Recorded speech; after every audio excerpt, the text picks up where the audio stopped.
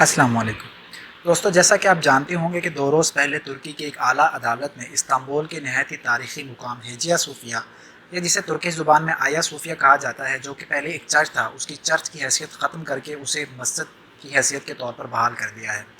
ترکی کے اندر اس فیصلے کو نہایت ہی اہمیت حاصل ہے اور تمام کی تمام مسلم امہ اس فیصلے کو نہایت ہی خوش آئند فیصلہ قرار دے رہی ہے۔ لیکن اگر ہم بات کریں یورپی ممالک کی اور غیر مسلم ممالک کی، تو اس فیصلے کے ساتھ ہی ان کے اندر تشویش کی ایک لہر دوڑ گئی ہے اور انتہائی شدید الفاظ میں وہ لوگ ترکی کے اس فیصلے کی مذمت کر رہے ہیں۔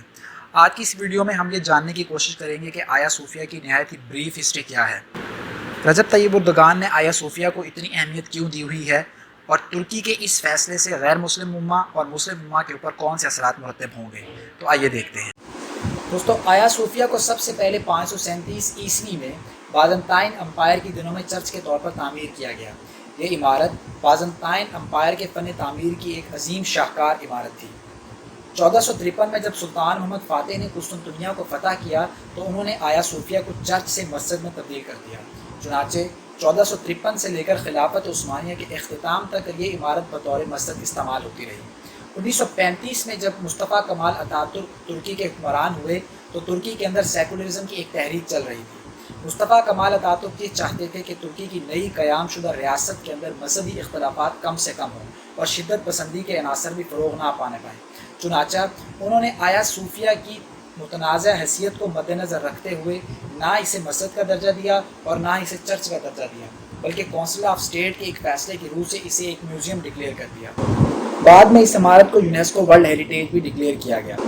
جیسا کہ آپ جانتے ہیں، اس وقت ترکی کے اوپر رجب طیب اردگان حکومت کر رہے ہیں، اور میں نے آپ کو اپنی پہلی ایک ویڈیو کے اندر بتایا تھا کہ رجب طیب اردگان شروع سے ہی اسلامی نظریات کے حامل حکمران ہیں۔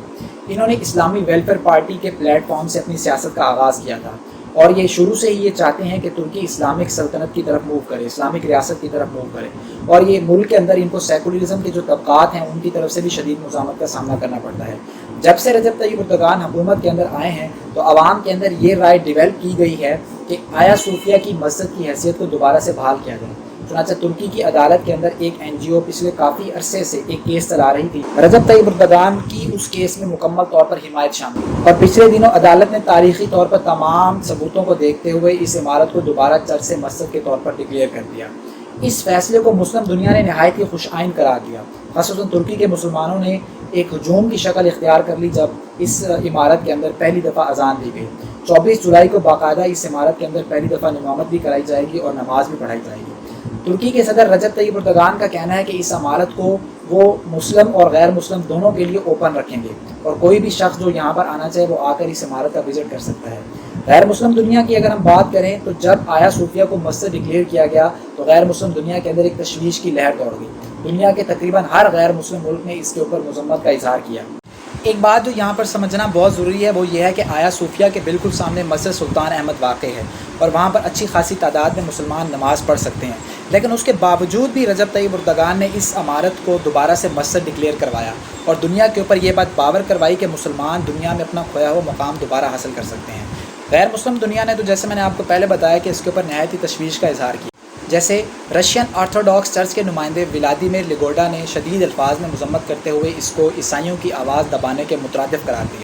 یونیسکو نے بھی اس فیصلے کی شدید الفاظ میں مذمت کی اور کہا کہ ترکی کو چاہیے تھا کہ وہ پہلے مذاکرات کرتے، اور انہوں نے اپنی اگلی میٹنگ کے اندر اس فیصلے کے اوپر ریویو کرنے کا اعلان بھی کیا ہے۔ رجب طیب اردگان کی شروع سے یہ کوشش ہے کہ ترکی کو کسی طریقے سے یورپی یونین کے اندر شامل کروا لیا جائے، اور اس کے لیے وہ گاہے بگاہے مختلف کوششیں بھی کرتے رہے ہیں۔ یورپی یونین نے بھی ترکی کے اس فیصلے کی، رجب طیب اردگان کے اس فیصلے کی انتہائی شدید الفاظ میں مذمت کی ہے، اور یورپی یونین فارن پالیسی چیف نے اس فیصلے کو ریگریٹیبل قرار دیا ہے۔ متنازع علاقے سائپرس کے فارن منسٹر نے ٹویٹر پر اپنے ایک بیان میں شدید الفاظ میں مذمت کرتے ہوئے یہ کہا کہ یہ ترکی کی طرف سے مذہبی عقائد کے احترام کی نہایت ہی خلاف ورزی ہے، اور سائپرس میں اس کے اوپر باقاعدہ احتجاج بھی کیے گئے۔